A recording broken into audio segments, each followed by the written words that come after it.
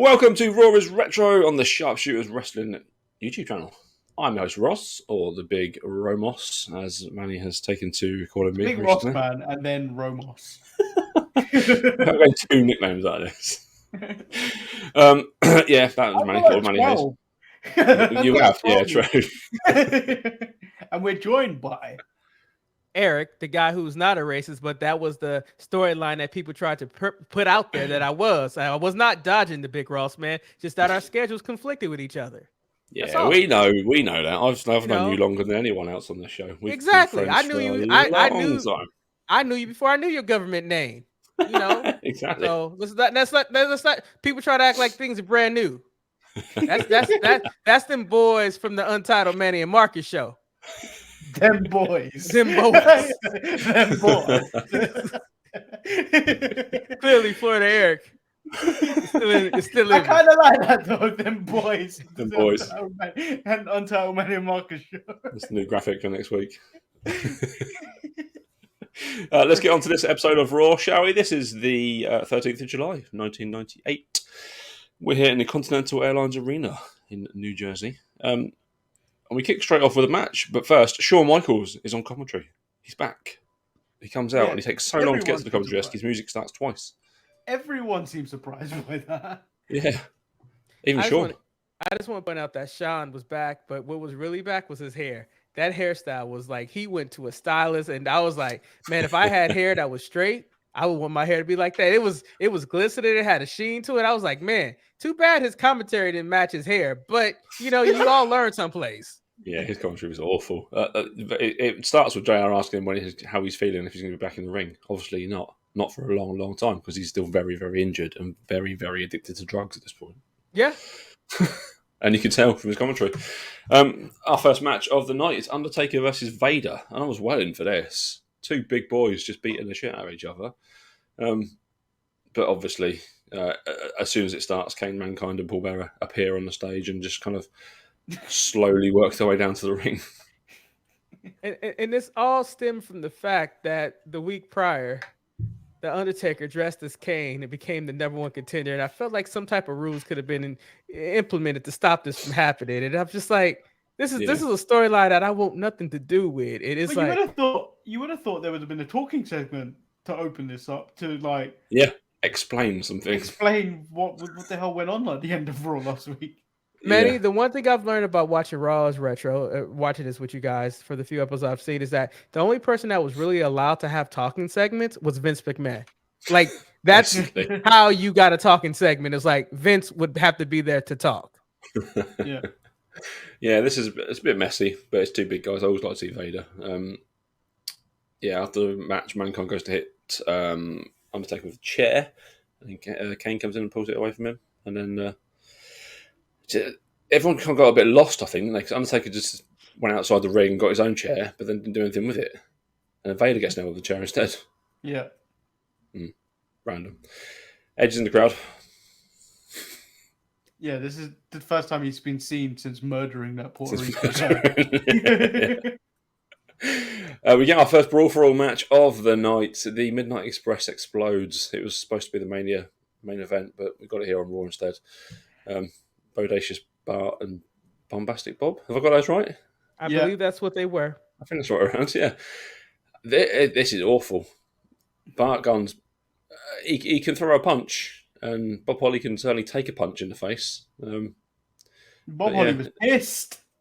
Yeah, he broke up the new Midnight Express on his own after the match.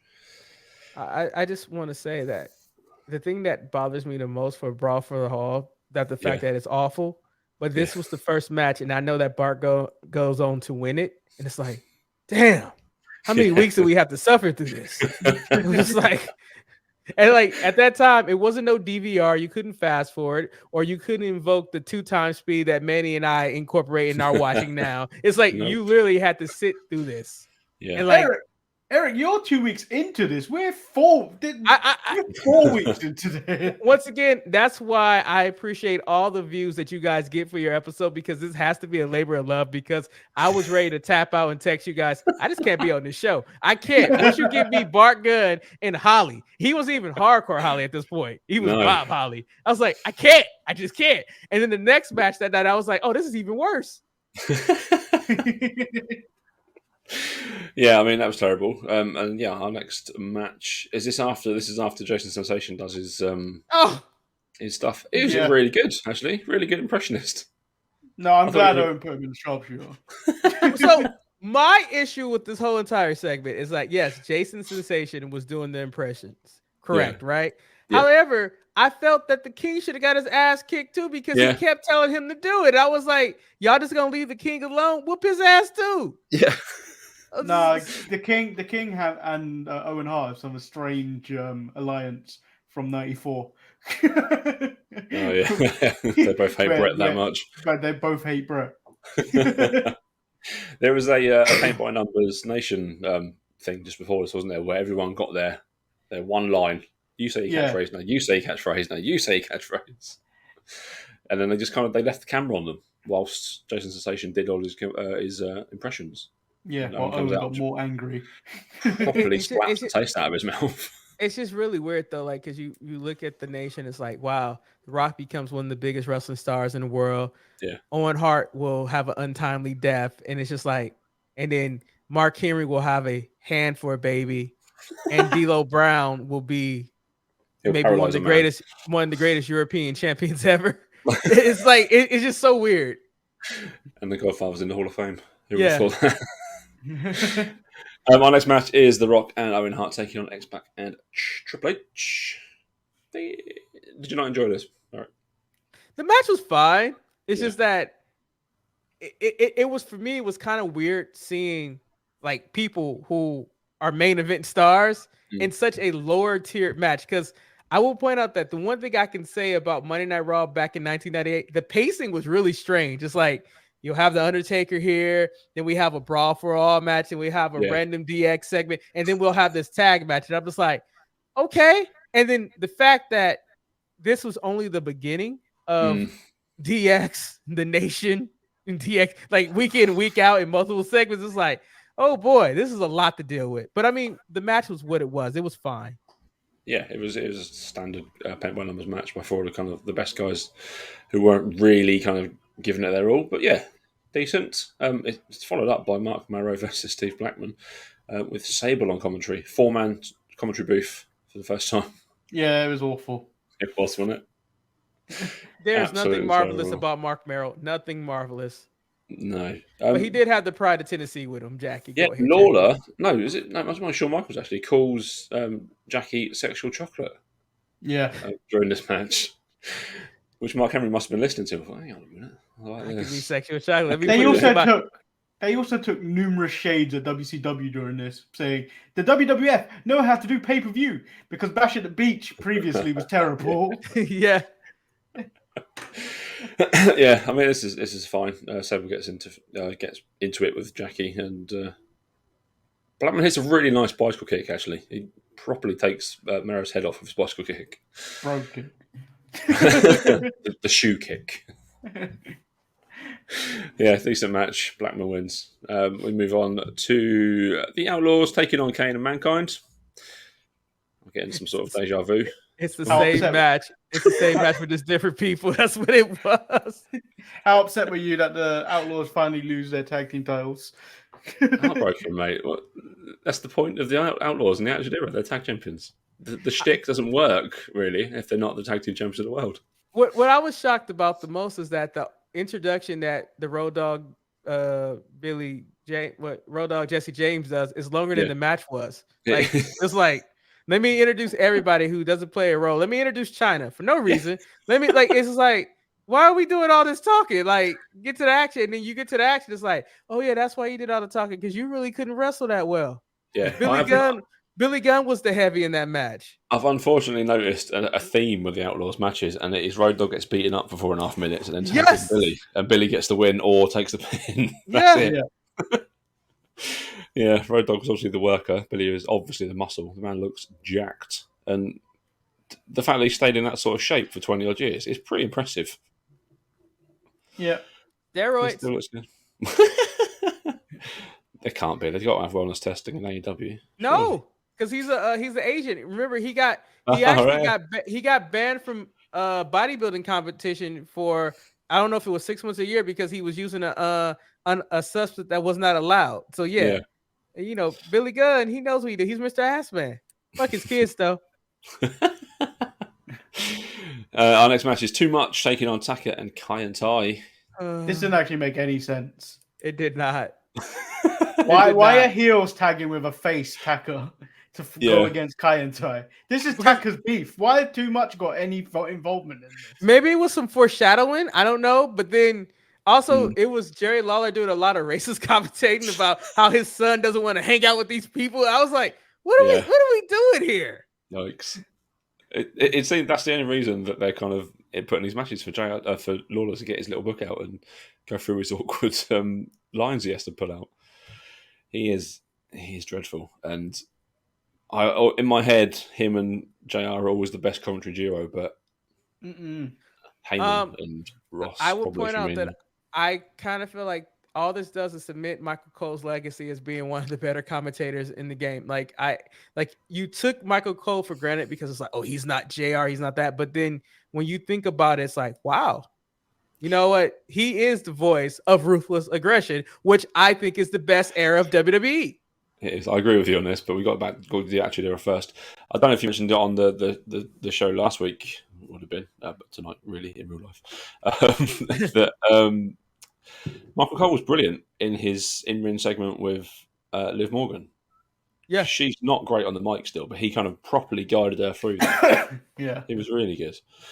I mean, okay, since we're going to pull back the fourth wall, I didn't say this when we recorded the show, but I want to give a shout out to Michael Cole and Pat McAfee, because I thought their call of Liv Morgan cashing in the Money in the Bank, because we were at the show, so I didn't get to hear the call, but hearing it on TV, like, it felt like genuine happiness for her to cash in. And I think that's the thing that missed that 98. Everything felt so scripted that they had to say these lines that Vince wrote, that you got to get it out, and Jerry Lawler just be offensive. That's what it was like. Yeah. Basically, Kai and Tai win. And then, did they really win, Ross? Because you know what happened afterwards. Did they really win? They won the battle. They certainly didn't win the war.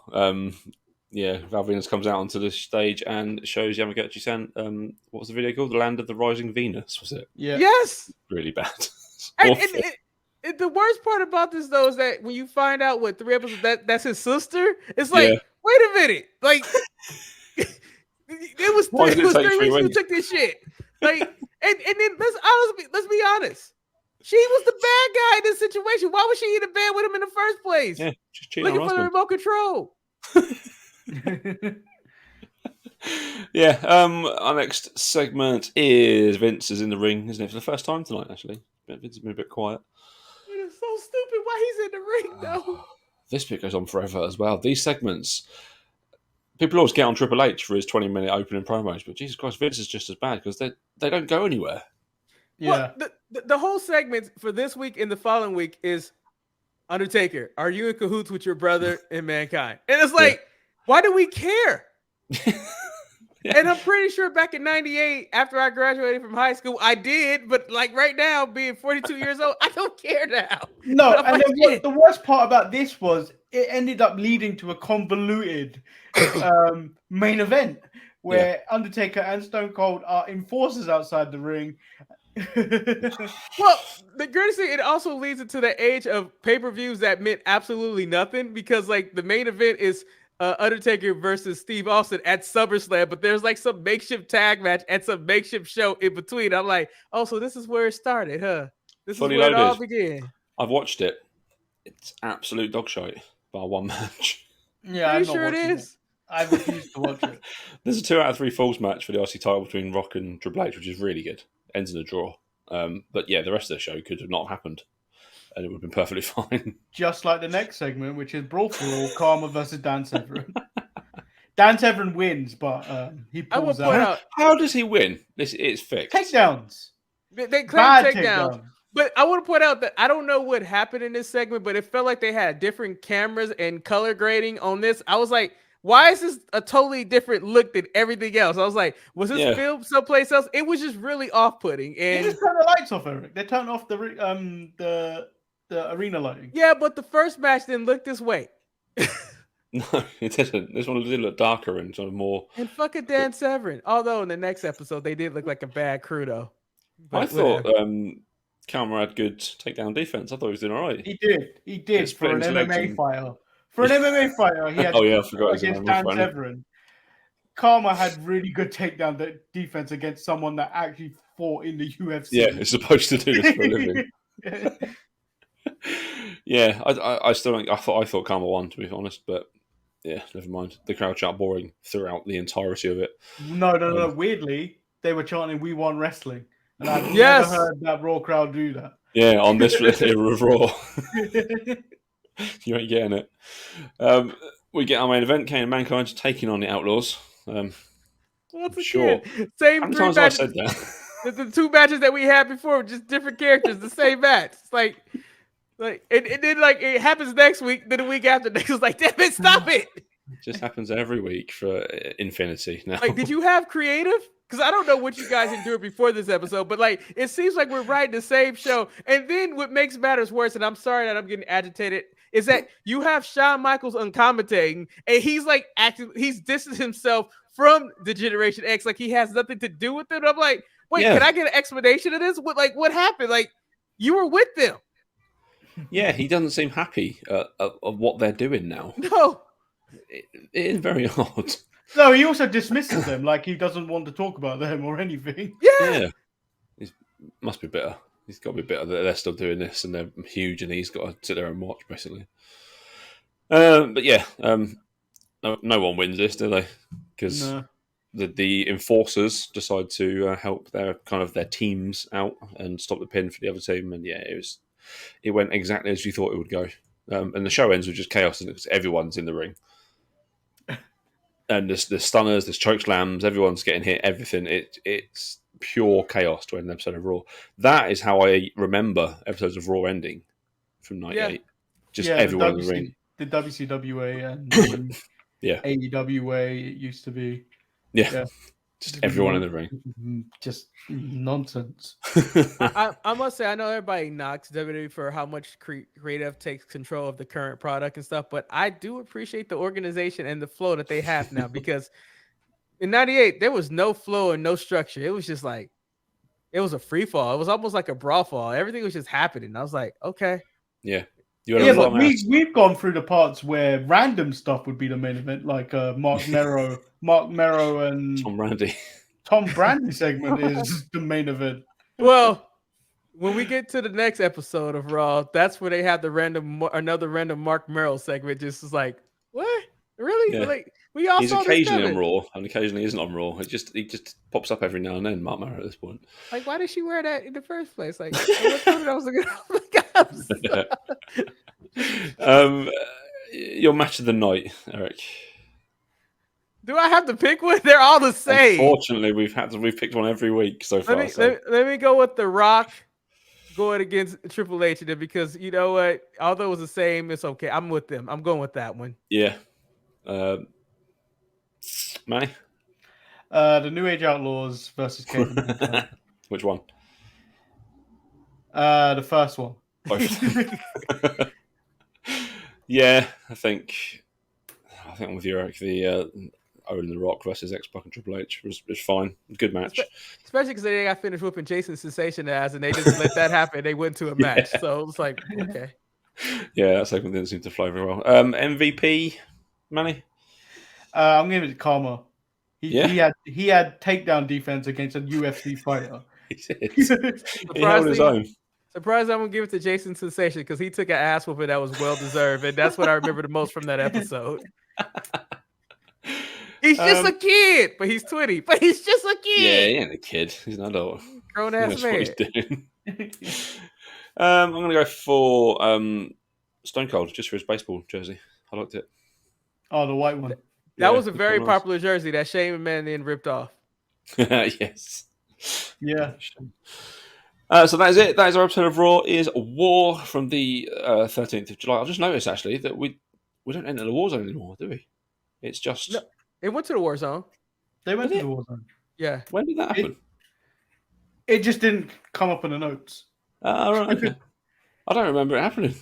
Yeah, it was part of the rating switch when the 9 o'clock hour became the war zone. That's weird. It's weird that they ever did that, but yeah. So there we go. That is that episode. Make sure you comment, you like, you subscribe to the channel. We're closing in on 300. What we're now 263, I think it is. It may change when this episode comes out. It should be more. That's what it'll be. It'll be higher when this episode comes out. Like, subscribe, comment, join all the shows. There's shows every single day, basically. And if there's not, there will be one the next day. And yeah, we will be back next week with another episode of Raw is War, when we will feature every single guy that we featured tonight, plus Manny favourite, Quebec Pierre. Repeat, reuse, recycle. That's what's going to happen. We get a one-eyed man in a boxing match next week. Should be great. Yeah. He can't see the left. He can't see the left. Until then, there's nothing left to say apart from bye.